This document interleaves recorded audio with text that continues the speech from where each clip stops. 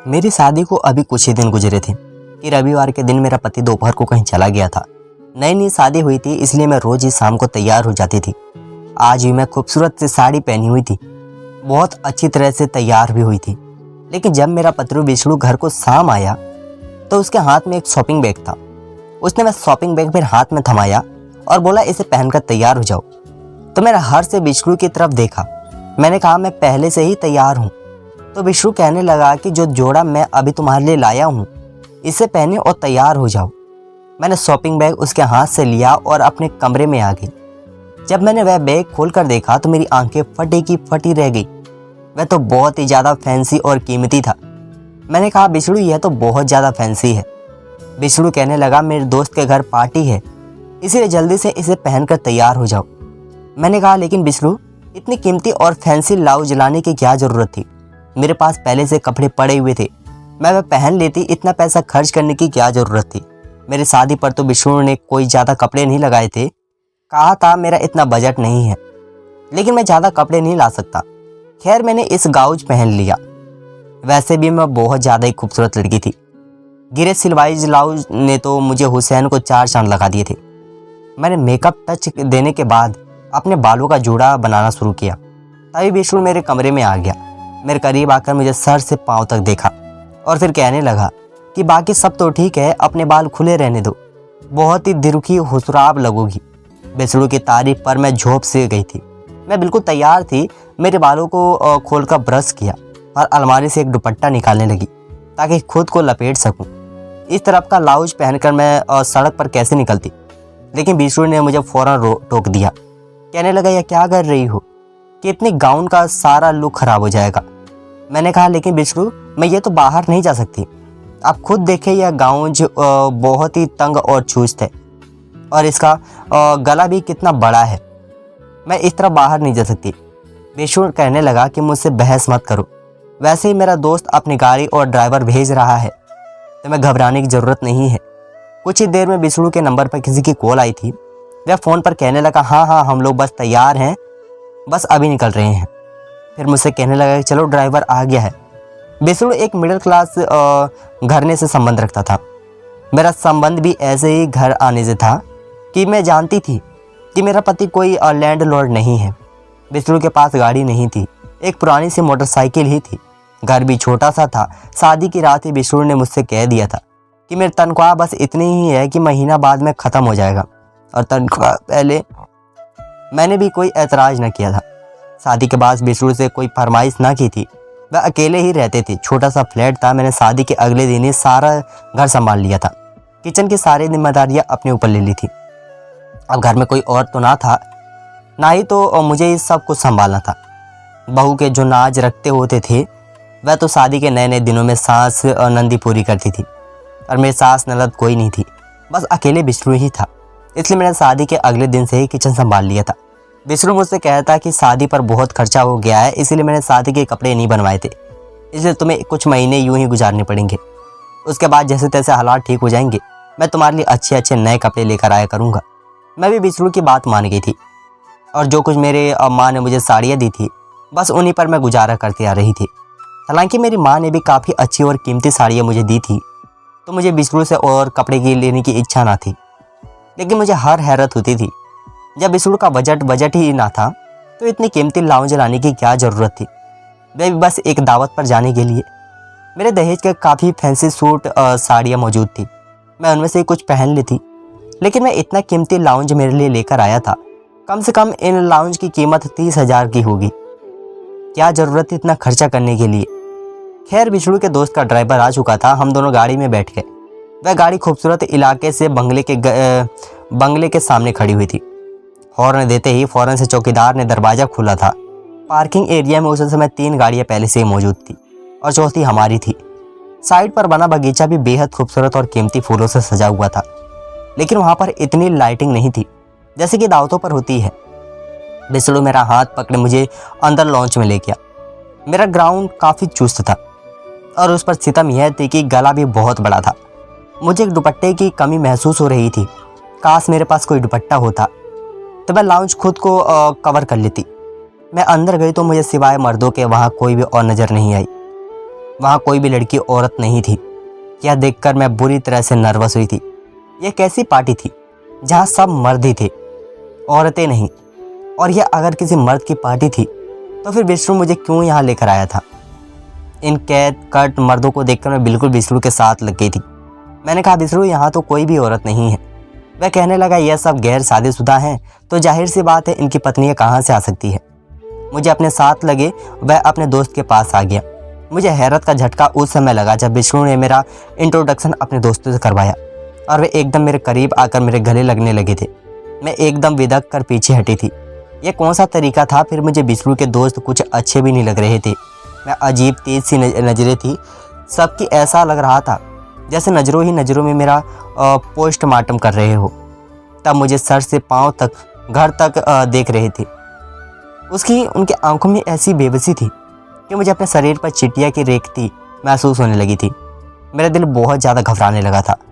मुझे इस कदर बेचैनी होने लगी थी कि फ़ौरन से इस घर से बाहर निकल जाऊं।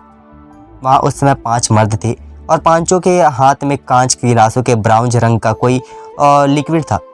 सबकी आंखें ना जाने किस जज्बे की वजह से लाल लाल हो रही थी। ऐसा महसूस हो रहा था जैसे नशे की हालात में है। मैं बहुत ज़्यादा घबरा चुकी थी, इसलिए मैं विष्णु के पास जाकर उस बिल्कुल गाड़ी खड़ी हो गई थी। मैंने कहा, विष्णु मुझे यहाँ नहीं रुकना, मुझे आप घर छोड़ाएं। विष्णु कहने लगा, मुझे क्या हो गया है? क्या लड़कियाँ लड़कों की पार्टी में नहीं जाती? तुम्हें घबराने के डरने की कोई ज़रूरत नहीं है। और एक बात कान खोलकर सुन लो, मुझे घबराने और डरने वाली लड़कियों से सख्त नफरत है। मुझे कॉन्फिडेंस से भरी हुई लड़कियाँ पसंद है जो हर पार्टी में सर उठाकर और कॉन्फिडेंस के साथ जा सके और इन्जॉय कर सके। इसलिए डरपोक लड़कियों की तरह रिएक्ट करना बंद करो। यह कहकर उसने मुझे बाजू से पकड़ खुद से पीछे किया था और विष्णु का यह रवैया देखकर ही दंग रह गई थी। मेरी आंखों से आंसू भर आए थे। इससे पहले कि मैं रो देती, विष्णु का एक दोस्त मेरे तरफ बढ़ा और कहने लगा, भाभी आप क्यों परेशान हो रहे हो? मेरी दूसरी पत्नी शहर अपनी माँ के रहने गई है और बाकी दोस्त सब कुंवारे हैं। 1-2 साल रुक जाओ, इन सब की भी शादियाँ हो जाएंगी तो सबकी पत्नियाँ किसी भी पार्टी के साथ होंगी। अब अगर हमारी पार्टियाँ नहीं हैं तो क्या हम मिलना जुलना बंद कर दें? हमने आपके साथ बहुत अच्छे खाने का इंतज़ाम किया है, आपके लिए यह पार्टी अरेंज की है और आप हो इससे बात ही नहीं कर रही हो। तो उसका अंदाज पता नहीं मुझे क्यों मजाक उड़ाने वाला था। फिर वह विष्णु से कहने लगा, आओ विष्णु ड्राइंग रूम में चलते हैं, खाना बिल्कुल रेडी है। मैं विष्णु का हाथ जोड़ के पकड़े ड्राइंग रूम में और टेबल पर पहुंची थी, जहां पर पूरी टेबल अलग अलग तरह से खाने से भरी पड़ी थी। मैं विष्णु के साथ ही टेबल पर बैठ गई थी। विष्णु की बाकी दोस्त भी सामने की कुर्सियों पर बैठ गए थे। उसका जो दोस्त महवाज था वह मेरी प्लेट में अलग अलग करके डिश लगा रहा था। ये कह रहा था, भाभी यह भी खा कर देखें, खाना वाकई बहुत ही स्वादिष्ट बना है। और मुझे भूख ही लगी थी। अजीब बात यह थी कि जैसे जैसे खाना खा रही थी मेरी आंखें नींद में बंद होने लगी थी, लेकिन मैं अपना हाथ भी नहीं रोक पा रही थी।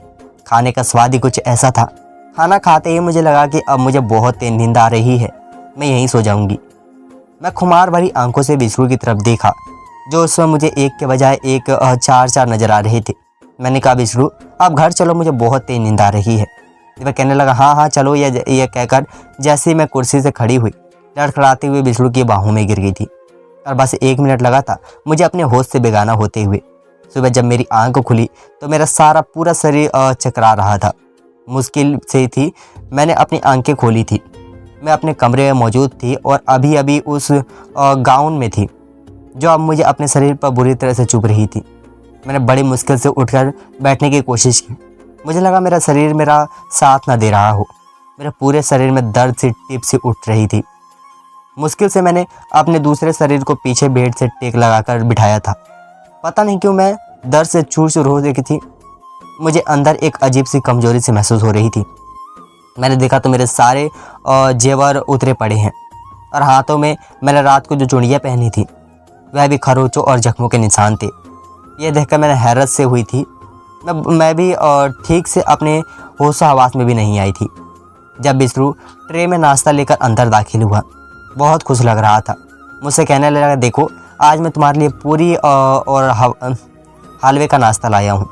मैंने कहा, पता नहीं विष्णु मेरे शरीर में बहुत दर्द है। मेरी बात पर वह चिंतित होने की बजाय मुस्कुराने लगा। रोमांटिक होते हुए कहने लगा, रात तुम बहुत ज़्यादा खूबसूरत लग रही थी कि मुझ पर बेहोश होकर गिर ही गई थी। इसलिए घर आते ही मेरी नीयत तुम पर ख़राब हो गई। इसलिए मैं सोते सोते यह कहकर उसकी आंखों में शरारत के रंग उभर आए थे। उसकी शरारत देखकर मैं शर्मा सी गई थी। मेरी नज़रें खुद ब खुद झुक गई थी। कहने लगा, तुम नाश्ता करो, मैं तुम्हारे लिए दर्द की दवा और गरम गरम चाय लाता हूँ, फिर यह दर्द भी आधे घंटे में ठीक हो जाएगा। बिछड़ू के जाने के बाद मैं दोबारा टेक लगाकर बैठ गई थी, लेकिन मेरे दिमाग में कुछ सवाल उठने लगे थे।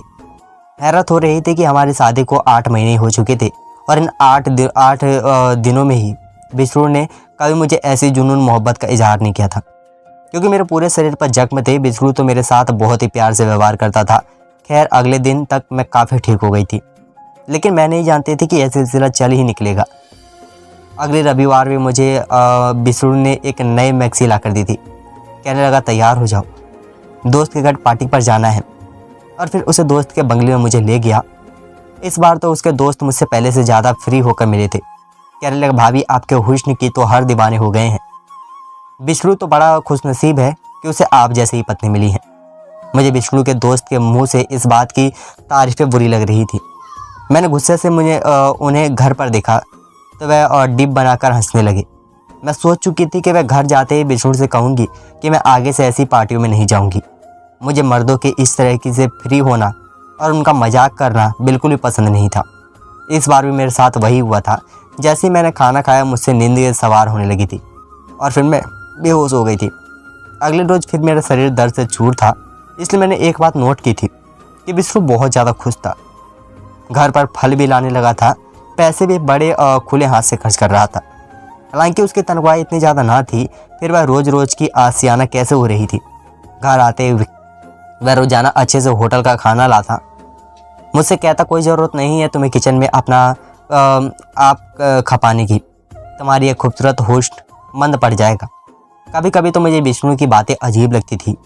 मैंने कहा, फिर हर औरत घर के काम करती है और मुझे भी अच्छा लगता है घर में काम करना, कि मुझे आपके लिए खाना बनाऊं, आपके काम करूं।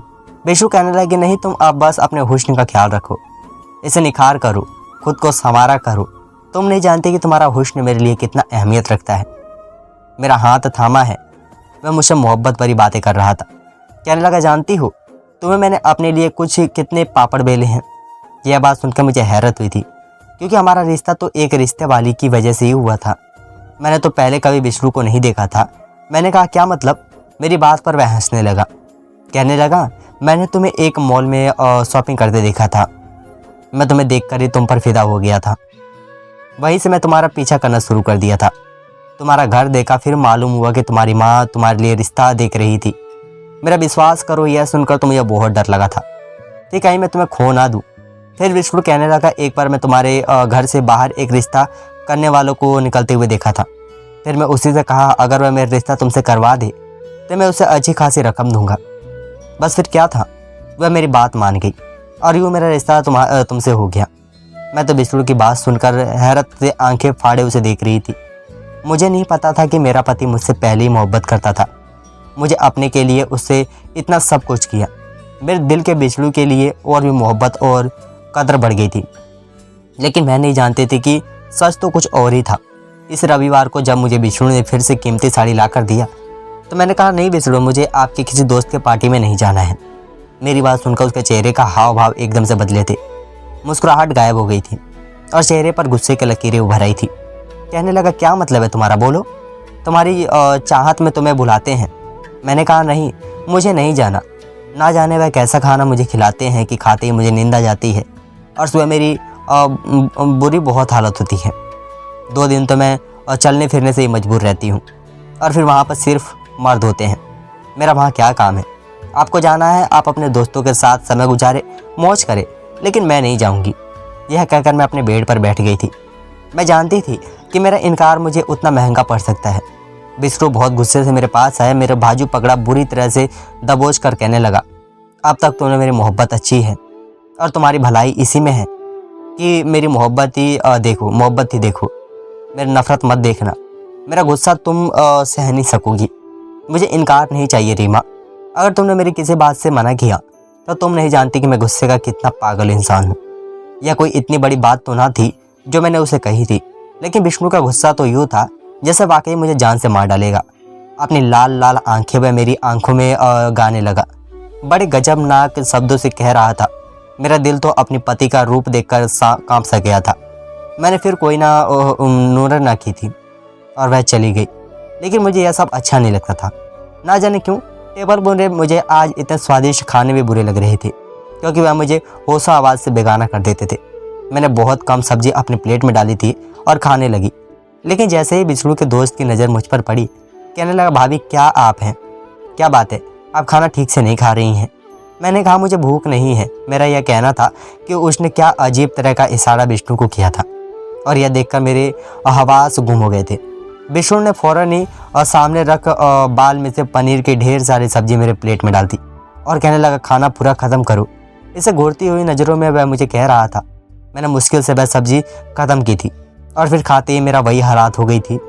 अब तो विष्णु भी शक होने लगा था। अगला रविवार आने से पहले मेरी तबीयत खराब सा बहाना किया और मायके चली गई। मेरी छोटी बहन के रिश्ते की तय हो गई थी। छोटी सी मंगनी की रस्म घर पर ही थी। मेरी बहन शॉपिंग पर गई हुई थी, मुझे भी साथ ले गई थी। वही मेरा मुलाकात बिछड़ू के साथ 5 दोस्तों के साथ हुई गई थी। वह बातों के दौरान बार बार मेरी बहन को देख रहे थे। कहने लगा, भाभी इस बार हमारे घर आए तो अपनी बहन को भी ज़रूर साथ लेना, यह भी आपकी तरफ बड़ी कमाल चीज़ है। मुझे उस इंसान की तरफ से बात करना बहुत बुरी लग रही थी। मेरी बहन भी उसे घूर कर देखने लगी। मैंने कहा, आपको तमीज़ नहीं है बात करने की। मेरी आवाज़ बहुत तेज़ हो गई थी। आसपास गुजरने वाले लोग भी बड़ी खड़े हो गए थे। यह देखकर उस इंसान को भी गुस्सा आ गया। कहने लगा, तमीज़ का मतलब पता है तुझे? हम औरत देखकर तमीज़ करते हैं और तू इस काबिल भी नहीं कि तेरी इज्जत और तमीज़ की बात किया जाए। मैंने कहा, ज़बान संभाल कर बात करो। वह कहने लगा, क्यों, सच बहुत चुभ रहा है तुम्हें? तुम तो 2 टके की औरत हो और मुझे तमीज़ की बात कर रही हो। यह सब सुनकर मुझे उस पर इतना गुस्सा आया कि मैं जोरदार थप्पड़ उसके मुंह पर दे मारा। इस थप्पड़ की गूंज जिसने सारे लोग वहाँ पर खड़े हो गए थे। कहने लगा, मैडम अगर इस इंसान ने आपके साथ बदतमीजी की है तो हम इसकी तबीयत अभी साफ कर देते हैं। कुछ लड़कों ने तो अस्तित्व तक चढ़ा ली थी। मेरा जी तो चाह रहा था कि इसका मुंह तोड़कर रख दूं। जिस औरत ने बात करने की तमीज़ तक नहीं है।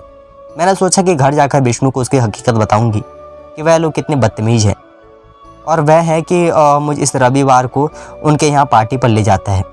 उसकी नज़र में तो किसी की बहन बेटी की भी कोई इज्जत नहीं है।